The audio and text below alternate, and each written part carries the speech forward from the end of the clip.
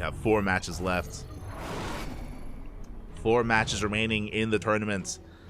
We're gonna be following our players here from round of 16 to quarterfinals to semifinals to grand finals as well. And here we go, we're jumping in and sporting in the top left-hand corner of Site Delta. We have the Peruvian Protoss player representing Team New Angels. It is Mute.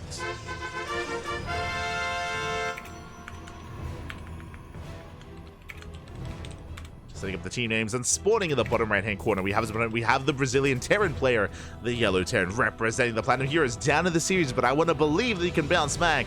It is INexorable. Going for a proxy. Let's go. Let us go. Such an amazing D by Australia. It was very, very amazing. It was like big D. Ay.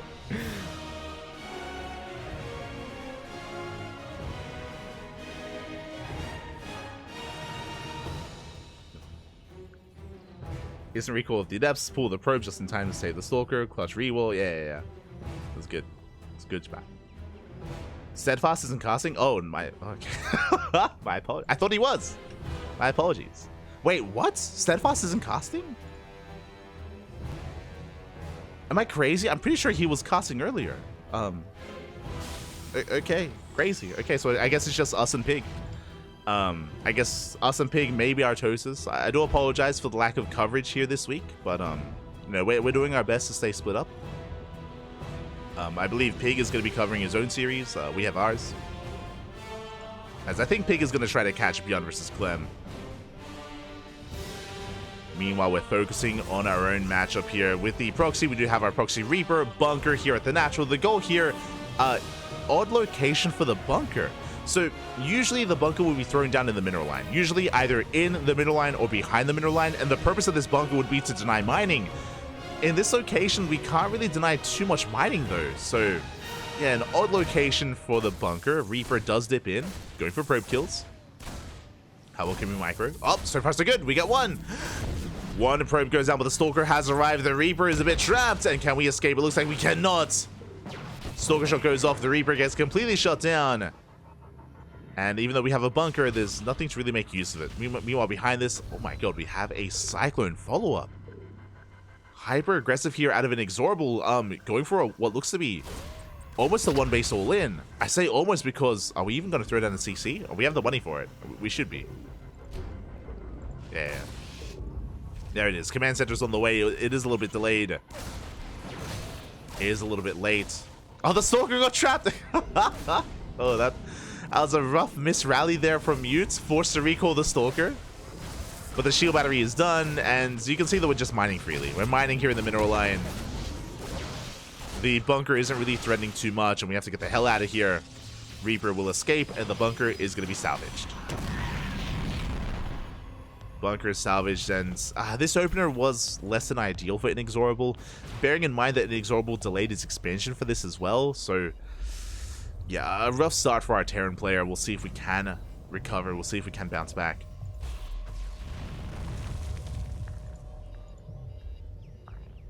As Mute is working towards a second choice, going for a Twilight Council opener into Blink.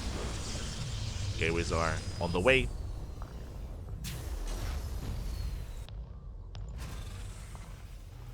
And INexorable is expanding.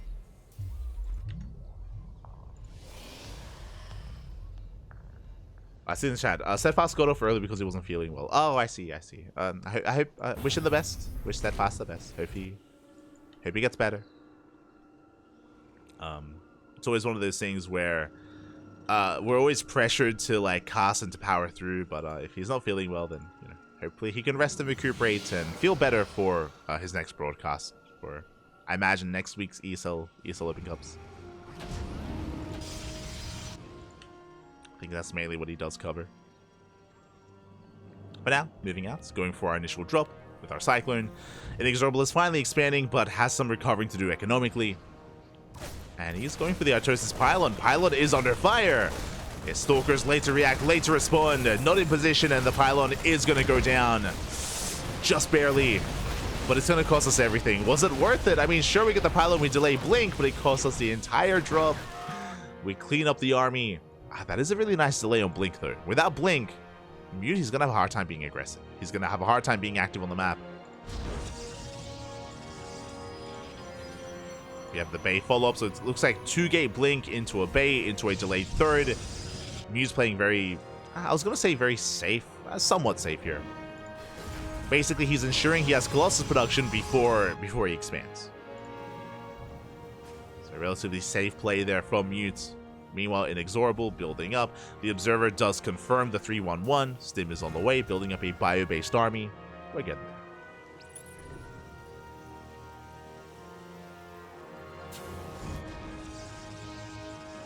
See in chat, I've seen Bunker on the front a lot recently, usually trying to get the pylon, I think.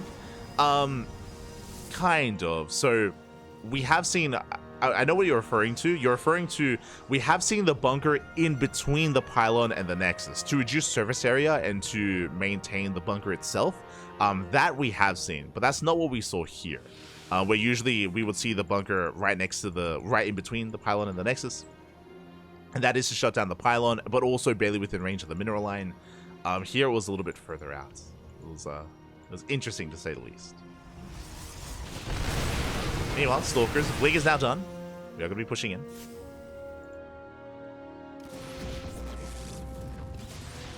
Pushing in. Alas, the Bio Army does force the Blink. Oh, that is a second stim, though. That's a lot of stimming here for the Bio Army, and we do not catch the Stalkers. And not quite worth it. Bleeding out more Marines. Rough losses for INexorable. Behind this, we already have our first Colossus. We spoke about it, but the third base was delayed, and with that, we're getting to a second Colossus. Gateway explosion on the horizon as well. Mute is building up towards his Colossus-based army. Meanwhile, INexorable is not going for a 2-base all-in. That is a third CC on the way. INexorable is building up likewise. Building up towards his own third. Does catch the Observer. Nice pick up. Observer gets shut down.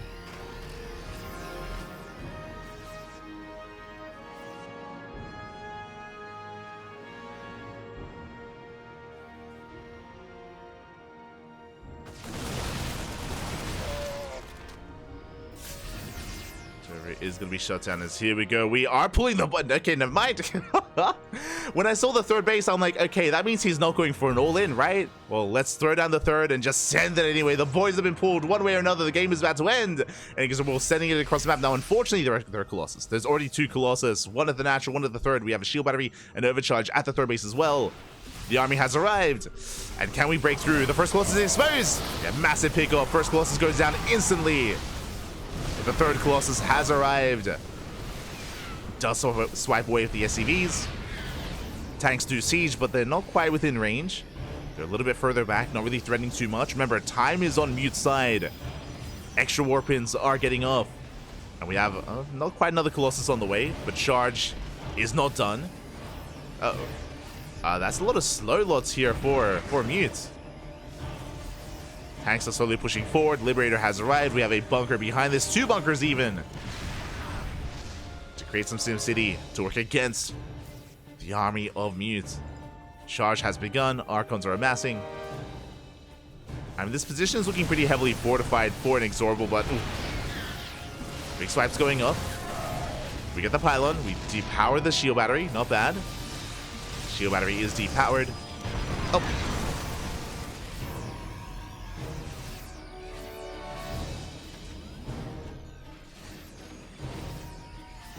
And INexorable, he's slowly pushing forward, but again, the longer this goes on, the harder it's going to be.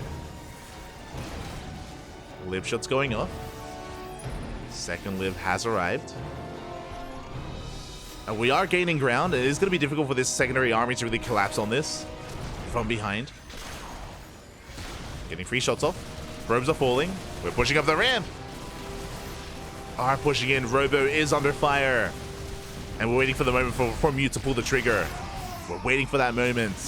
The Liberator's getting a lot of value here.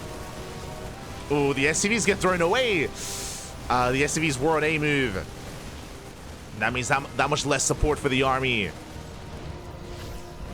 There is no storm. More Archons. Big Lib shots going off. Free damage. Not bad. And Mute's still building up. Charge has completed. Mute gonna try to catch reinforcements. This is something that we could have done earlier. This is a little bit late from Mute to catch these reinforcements. I mean, we do get some free Marines. Marines are going down. INexorable working his way into the main. And this ramp, this choke point is going to be brutal. How does Mute push down this? Oh, he's just going for a base trade. I like this. Yeah, we just ignore the army. We just get it. We just move out across the map.